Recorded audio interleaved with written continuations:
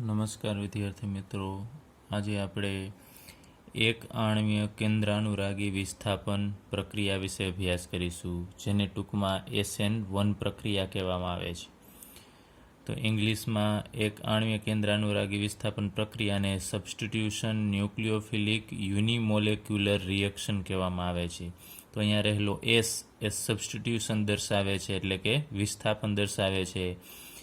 N એ ન્યુક્લિયોફિલિક દર્શાવે છે, એટલે કે કેન્દ્રાનુરાગી, અને 1 એટલે યુનિમોલેક્યુલર, એટલે કે એક આણ્વીય દર્શાવે છે. તો આપણે ટૂંકમાં આ પ્રક્રિયાને SN1 કહેશું. આગળ ઉપર આપણે SN2 પ્રક્રિયાનો અભ્યાસ કરી ગયા.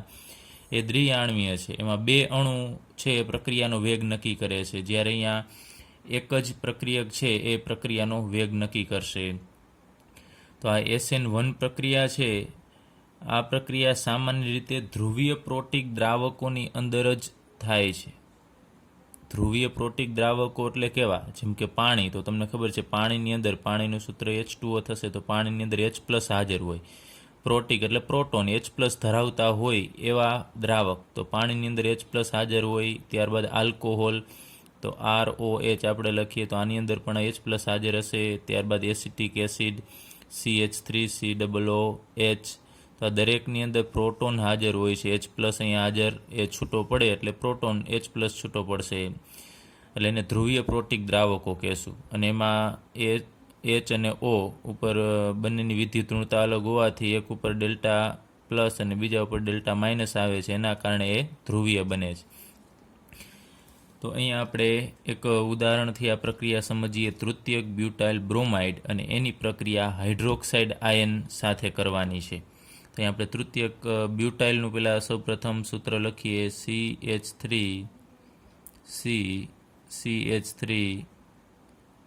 CH3 ચલો આને આપણે તૃતીયક બ્યુટાઇલ કહેશું. હવે એની સાથે બ્રોમાઇડ જોડી દેવાનો છે, એટલે કે બ્રોમિન જોડી દઈએ, અહીંયા Br. તો આને ટૂંકમાં આપણે લખવું હોય તો CH3 થ્રાઇઝ લખી શકાય, પછી CBr. આ તો તમને સમજાય એટલે આપણે વિસ્તૃત રીતે દર્શાવેલું છે.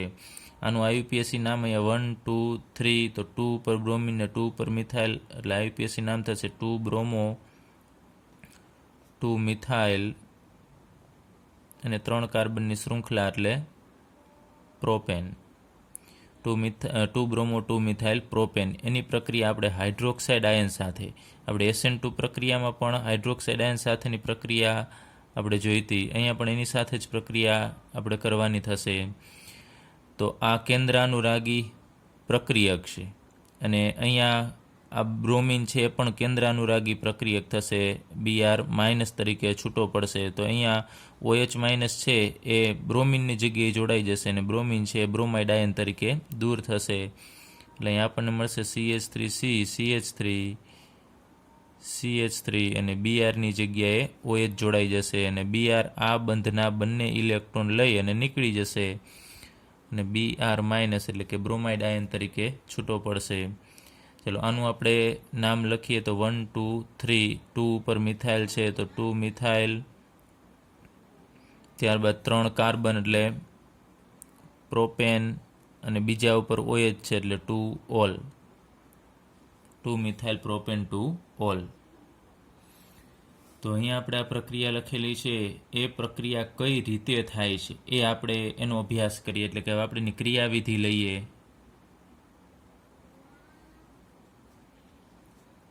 તો આ પ્રક્રિયા છે આપણે તો અહીંયા એક જ સ્ટેપમાં દર્શાવેલી છે, પણ હકીકતમાં આ પ્રક્રિયા છે એ 2 તબક્કામાં થાય છે.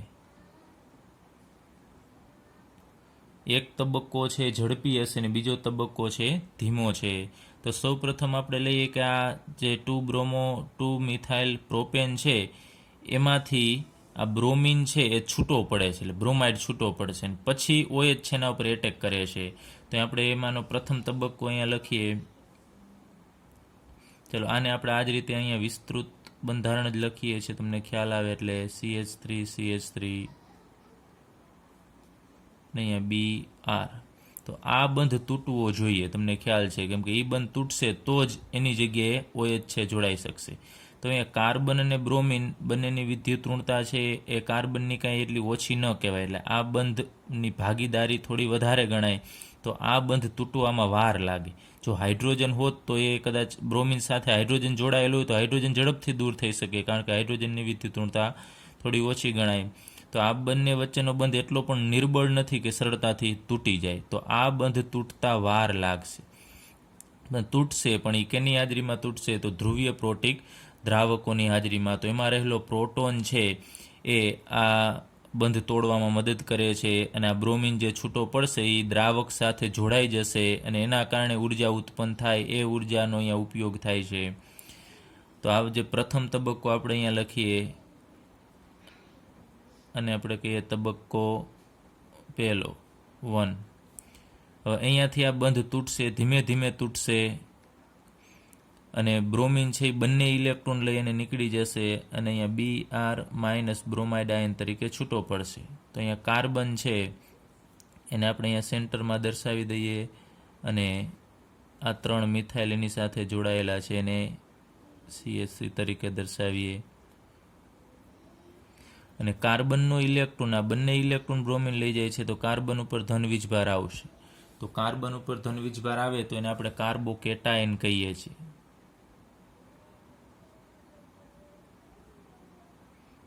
તો આ કાર્બોકેટાયન બને છે. પરંતુ આ તબક્કા દરમિયાન વાર લાગે છે આ બંધ તૂટતા, એટલે આ ધીમો તબક્કો હશે. પ્રથમ તબક્કો યાદ રાખજો, ધીમો તબક્કો, અને આ તબક્કો પાછો પ્રતિવર્તી તબક્કો છે. પાછો બ્રોમાઇડ છે એ આ કાર્બન સાથે જોડાઈ શકે, અને એમાંથી ફરીથી આપણને આ તૃતીયક બ્યુટાઇલ બ્રોમાઇડ છે એ આપી શકે. એટલે રિવર્સિબલ તબક્કો, પ્રતિવર્તી તબક્કો થશે. તો અહીંયા આપણે જોયું કે પ્રથમ તબક્કા દરમિયાન કાર્બોકેટાયન બને છે, અને બીજો આ આયન બને છે, અને આપણે બ્રોમાઇડ આયન કહીએ છીએ. હવે અહીંયા જે કાર્બોકેટાયન છે એ બીજા તબક્કામાં હાઇડ્રોક્સાઇડ આયન સાથે પ્રક્રિયા કરશે.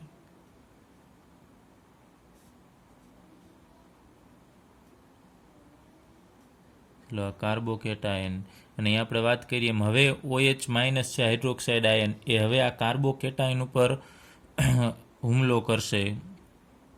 OH-, તો તમને ખબર છે OH ઉપર ઋણ વીજભાર છે, તો એટક ક્યાં કરશે? આ ધન વીજભારિત કાર્બન ઉપર. એટલે OH અહીંયા કાર્બોકેટાયન ઉપર હુમલો કરશે અને એની સાથે જોડાઈ જશે.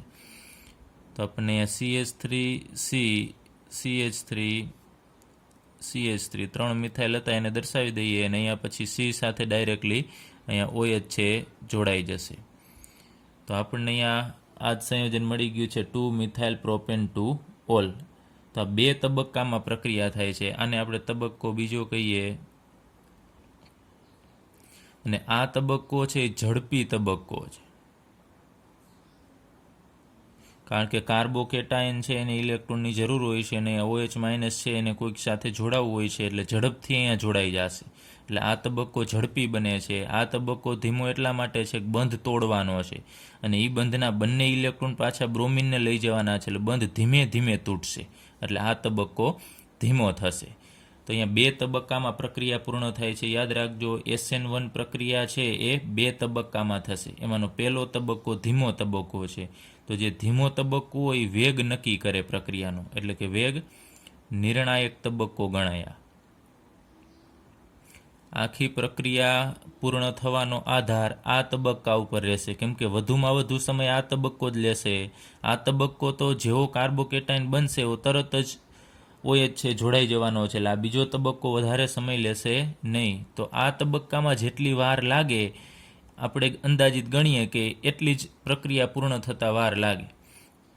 હવે આ પ્રક્રિયા તબક્કો પહેલો છે વેગ નિર્ણાયક તબક્કો છે. આના માટે આપણે વેગનું સૂત્ર લખવું હોય તો વેગ પ્રપોઝનલ ટુ, આ તબક્કામાં પ્રક્રિયક માત્ર તમને ખ્યાલ છે અહીંયા તૃતીયક બ્યુટાઇલ બ્રોમાઇડ અથવા 2 બ્રોમો 2 મિથાઇલ પ્રોપેન છે, તો માત્ર અહીંયા એક જ પ્રક્રિયક છે તમે જુઓ છો આ તબક્કામાં. તો એની સાંદ્રતા ઉપર જ આ પ્રક્રિયાનો વેગ છે આધાર રાખશે. CH3 થ્રાઇસ CBr એટલે કે તૃતીયક બ્યુટાઇલ બ્રોમાઇડની સાંદ્રતા ઉપર આ પ્રક્રિયાનો વેગ છે આધાર રાખશે. આપણે પ્રપોઝનલ નિશાની કાઢવી હોય તો અહીંયા વેગ અચળાંક કે મૂકવો પડે, અને અહીંયા CH3 થ્રાઇસ CBr, ચલો એની અહીંયા 1 ઘાત હોય, તો તો તમને ખબર છે આ પ્રક્રિયા છે એના વેગ જે પ્રક્રિયક આપેલો છે એની સાંદ્રતાના અહીંયા 1/ઘાતાંકમાં છે. તો તમને ખ્યાલ હોવો જોઈએ આ પ્રક્રિયાનો ક્રમ શું થશે. તે પ્રથમ ક્રમની પ્રક્રિયા છે. આ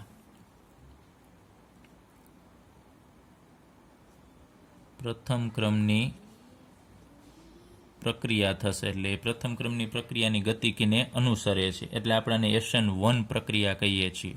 ખાસ સમજો, આ પ્રક્રિયાનો વેગ માત્ર આ તૃતીયક બ્યુટાઇલ બ્રોમાઇડ ઉપર જ આધાર રાખે છે અને એની સાંદ્રતાના 1/ઘાતાંકમાં હોય છે. એટલે આ પ્રથમ ક્રમની પ્રક્રિયાને અનુસરે છે, એટલે આપણે આને SN1 પ્રક્રિયા કહીએ છીએ.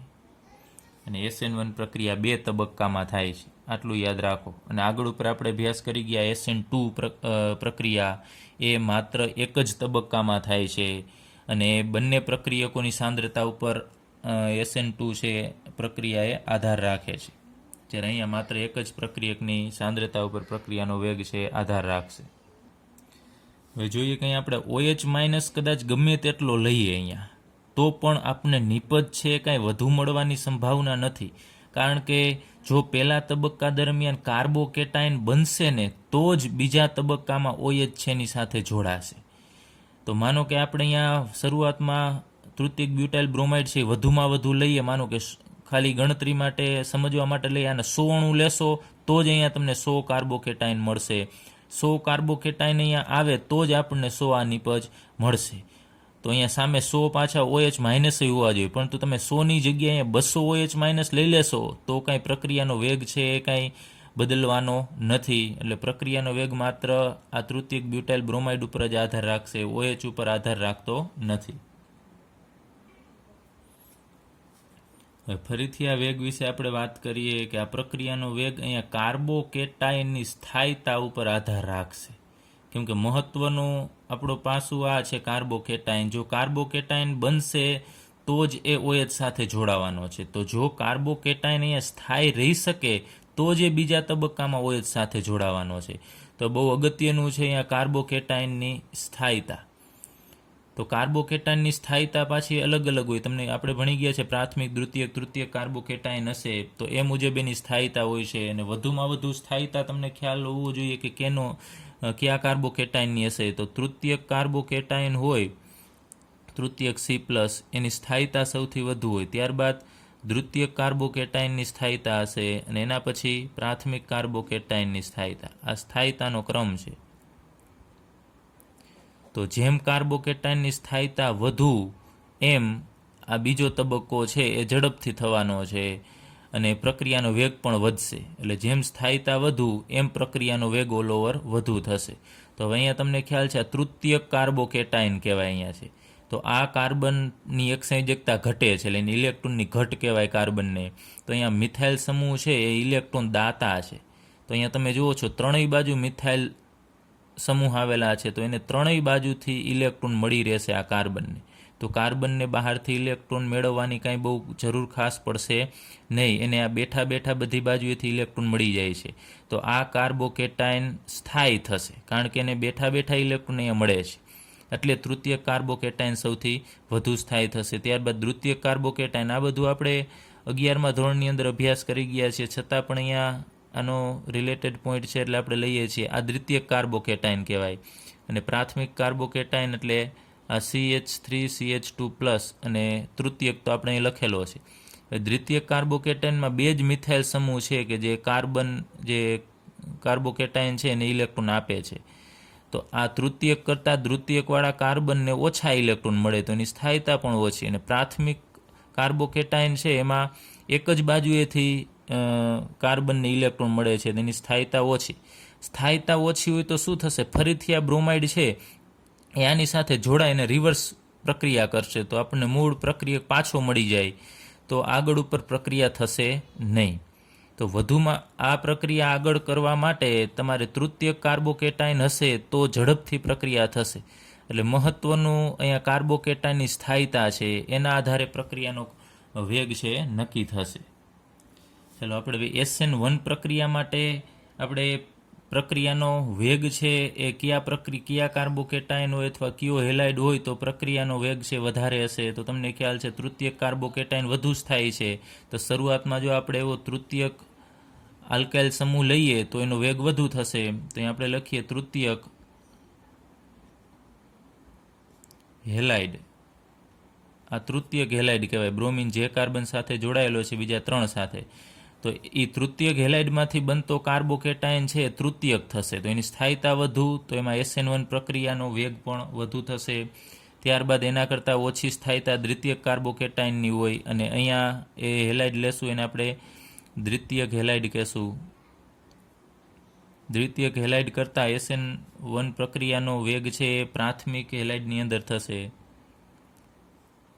એટલે પ્રાથમિક હેલાઇડનો પ્રક્રિયાનો વેગ SN1 પ્રક્રિયા માટે ઓછો. એનાથી પ્રાથમિક પછી આપણે માત્ર અહીંયા CH3X લઈએ, એટલે મિથાઇલ હેલાઇડ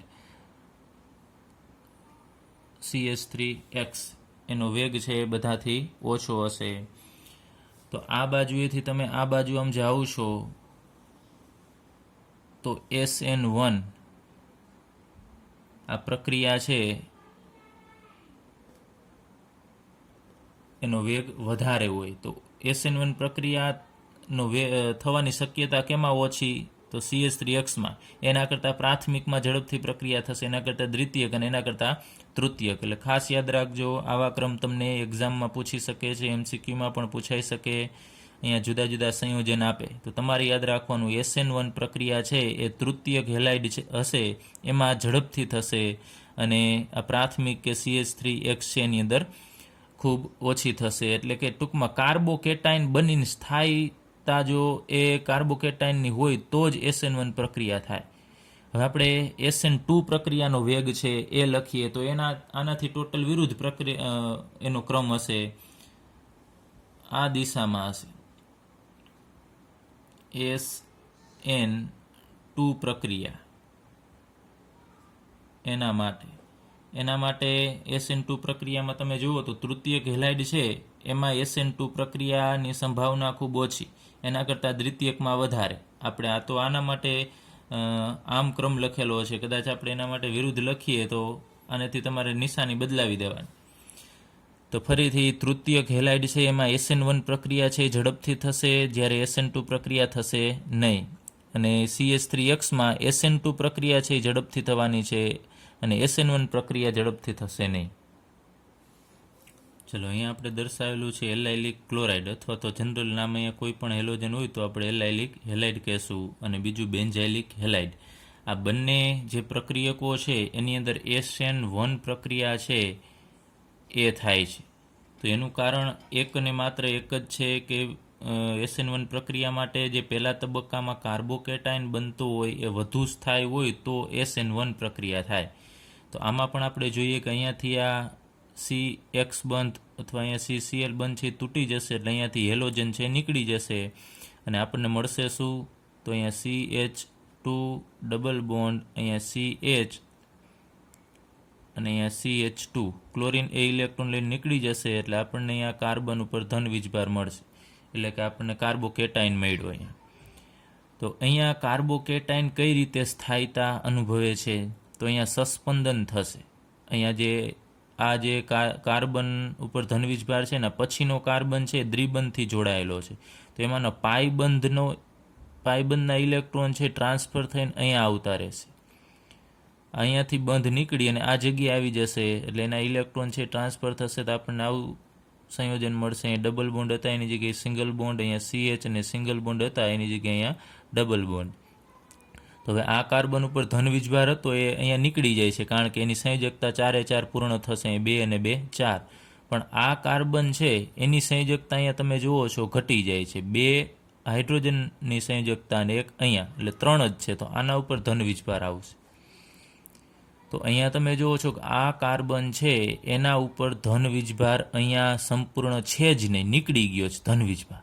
તો એ અમુક સમય પૂરતી સ્થાયીતા છે સૂચવે છે કે એનો ધન વીજભાર નીકળી જ જાય છે, અને આના ઉપર આવે છે. ફરીથી શું થશે? અમુક સમય પછી આ બંધ છે અહીંયા રોટેશન થશે, તો આનો ધન વીજભાર નીકળી જશે અને અહીંયા ધન વીજભાર આવી જશે. તો આ રીતે એકબીજામાં સસ્પંદન થશે અને ધન વીજભાર છે એકબીજા ઉપર ટ્રાન્સફર થશે. તો આની સ્થાયીતા વધુમાં વધુ થશે, કારણ કે ધન વીજભાર નીકળી જ જાય છે અમુક સમય પૂરતો. તો આમાંથી જે એલાઇલિક ક્લોરાઇડ અથવા હેલાઇડ છે એમાંથી જે બનેલો કાર્બોકેટાયન છે એ વધુ સ્થાયી હશે. તો વધુ સ્થાયી હોય તો એની અંદર SN1 પ્રક્રિયાની પ્રતિક્રિયાત્મકતા ઘણી બધી વધારે કહેવાય. એ જ રીતે આપણે બેન્ઝાઇલિક હેલાઇડ લઈએ. બેન્ઝાઇલિક હેલાઇડમાં પહેલા તબક્કામાં અહીંયા C અને X વચ્ચેનો બંધ છે તૂટી જશે ને હેલાઇડ છે દૂર થશે તો પાછળ આપણને આ બેન્ઝાઇલિક કેટાયન છે મળશે. ચાલો અહીંયા બંધ દર્શાવી દઈએ અને અહીંયા CH2 અહીંયા કાર્બન ઉપર ધન વીજભાર, તો અહીંયા બેન્ઝાઇલિક કેટાયન બનશે અહીંયા. હવે આમાં પણ સસ્પંદન થાય છે. આ બેન્ઝીનનો જે પાઈ બંધ અહીંયા હશે એ બંધના ઇલેક્ટ્રોન છે આ જગ્યાએ ટ્રાન્સફર થશે, તો અહીંયા દ્વિબંધ આવી જશે, અહીંયા CH2 અને આ બંધ બે છે એ એમનેમ રહેશે. માત્ર આ બંધના ઇલેક્ટ્રોન જ અહીંયા ટ્રાન્સફર થશે, તો આ કાર્બનની સંયોજકતા ઘટશે ને ત્યાં ધન વીજભાર આવશે. પછી ફરીથી રોટેશન થશે, આ પાઈ બંધના ઇલેક્ટ્રોન છે એ અહીંયા ટ્રાન્સફર થશે, આ કાર્બનને આપે છે, તો એમાંથી આપણને નવું બંધારણ મળશે, અહીંયા બંધ આવશે અને આ તો એમનેમ જ રહેશે CH2. હવે અહીંયા સંયોજકતા પૂર્ણ થાય છે, 1 2 3 અને એક અહીંયા હાઇડ્રોજન હોય, તો અહીંયાનો ધન વીજભાર છે એ અહીંયા નીકળી જશે અને નવો ધન વીજભાર અહીંયા આવશે. અલ્ટરનેટ એક મૂકીને એક જગ્યાએ ધન વીજભાર આવે. એ કેમ આવે આપણે 11મા ધોરણની અંદર અભ્યાસ કરી ગયા છીએ. ડિટેલમાં તમારે ઇલેક્ટ્રોન કઈ જગ્યાએ શિફ્ટ થાય છે તમને ખ્યાલ હોવો જોઈએ. ત્યારબાદ આ કાર્બનને ઇલેક્ટ્રોનની જરૂર છે, તો આ પાઈ બંધના ઇલેક્ટ્રોન છે એ અહીંયા શિફ્ટ થશે, તો અહીંયા નવો બંધ બનશે અને અહીંયા ઇલેક્ટ્રોનની ઉણપ થશે, એટલે અહીંયા પ્લસ. પછી અહીંયા બંધ એમનેમ છે જ, આ જગ્યાએ અહીંયા દ્વિબંધ, અહીંયા CH2. હવે આને પાછી ઇલેક્ટ્રોનની જરૂર પડશે, તો એ શું કરશે, અહીંયાથી આ બંધના ઇલેક્ટ્રોન પાછા હતા એ અહીંયા શિફ્ટ થશે અને પાછું જે આગળ અહીંયા બંધારણ હતું એ પાછું મળશે અને અહીંયા CH2 અને એના ઉપર ધન વીજભાર આવશે. એટલે જે જગ્યાએ ધન વીજભાર અહીંયા તમે જુઓ છો ત્યાં એક બંધ ઘટતો હોય એટલે જ આપણે ત્યાં પ્લસ વીજભાર મૂકીએ છીએ. ફરીથી શું થતું હોય છે, આ બંધના ઇલેક્ટ્રોન અહીંયા જશે એટલે એમાંથી આ બંધારણ મળે, એટલે આ રીતે ફરીથી રિવર્સ પ્રક્રિયા આમ થશે. તો અહીંયા પણ તમે જુઓ છો કાર્બન છે એના ઉપરનો ધન વીજભાર આ બધા બંધારણની અંદર દૂર થાય છે, આ 3 બંધારણની અંદર, આ 1 2 ને 3.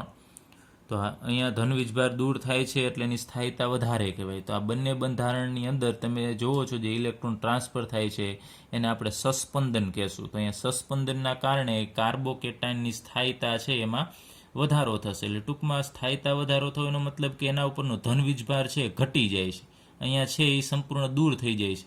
અહીંયા પણ આ કાર્બન ઉપરનો ધન વીજભાર હતો એ અહીંયા 3 બંધારણની અંદર છે નહીં, એટલે એનું ધન વીજભાર દૂર થાય એટલે ટૂંકમાં આપણે કહીએ કે એનું દેણું હતું એ થોડાક સમય પૂરતું દૂર થશે, તો એની સ્થાયીતા વધે.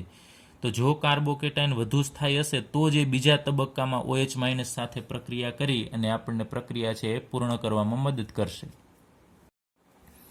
ચાલો હવે આપણે જોઈએ કે SN1 અને SN2 આપણે બંને ક્રિયાવિધિનો અભ્યાસ કર્યો. એમાં કોઈ પણ આલ્કાઇલ સમૂહ માટે આપેલ આલ્કાઇલ સમૂહ હોય તો એમાં R જો સમાન હોય અને હેલોજન જુદા જુદા હોય તો એના માટે એની પ્રતિક્રિયાત્મકતાનો ક્રમ લઈએ. માનો કે આપણે લઈએ આમ CH3R અને એની જગ્યાએ X બદલતો હોય, અહીંયા R છે એ સમાન હોય, મિથાઇલ હોય કે પછી કોઈ પણ આઇસોપ્રોપાઇલ કે કોઈ પણ સમૂહ હોઈ શકે, R સમાન હોય ને હેલોજન અલગ અલગ હોય તો પ્રતિક્રિયાત્મકતાનો ક્રમ કેવો થશે, તો RI જો આલ્કાઇલ સમૂહ સાથે આયોડિન જોડાયેલો હોય તો એ ઝડપથી પ્રક્રિયા આપશે. એના કરતાં ઓછી પ્રતિક્રિયાત્મકતા છે એ RBRની થશે, પછી RClની થશે અને પછી RFની થશે. તો આનો પ્રતિક્રિયાત્મકતાનો ક્રમ છે, વધુમાં વધુ પ્રતિક્રિયાત્મકતા છે આલ્કાઇલ આયોડાઇડની હશે, ત્યારબાદ આલ્કાઇલ બ્રોમાઇડ, પછી આલ્કાઇલ ક્લોરાઇડ અને પછી આલ્કાઇલ ફ્લોરાઇડ. તો આનું રીઝન શું છે, જો આ બધામાં R સમાન હશે તો અહીંયા બંધ ઝડપથી કયો તૂટશે, તો આયોડિનવાળો બંધ છે, આયોડિનનું કદ મોટું છે એટલે એની બંધ લંબાઈ વધારે હોય એટલે આ બંધ ઝડપથી તૂટી જશે. જ્યારે ફ્લોરિન છે એનું કદ નાનું હોય તો બંધ લંબાઈ ટૂંકી હોય, આપણે આગળ ઉપર અભ્યાસ કરી ગયા છીએ. તો ટૂંકી બંધ લંબાઈ છે એમાં ઝડપથી બંધ તૂટશે નહીં. તો પહેલા તબક્કા દરમિયાન તમને ખ્યાલ છે કાર્બોકેટાયન બનવા માટે અહીંયા આ બંધ તૂટે એ જરૂરી છે, એટલે કે આ બંધ સરળતાથી તૂટશે તો પ્રક્રિયા છે એ ઝડપથી થશે. તો આ ક્રમ પણ યાદ રાખજો. કોઈ પણ આલ્કાઇલ સમૂહ સમાન હોય ત્યારે જુદા જુદા હેલોજન માટે આ ક્રમ છે આપણે લાગુ પાડી શકાય બંને ક્રિયાવિધિ માટે.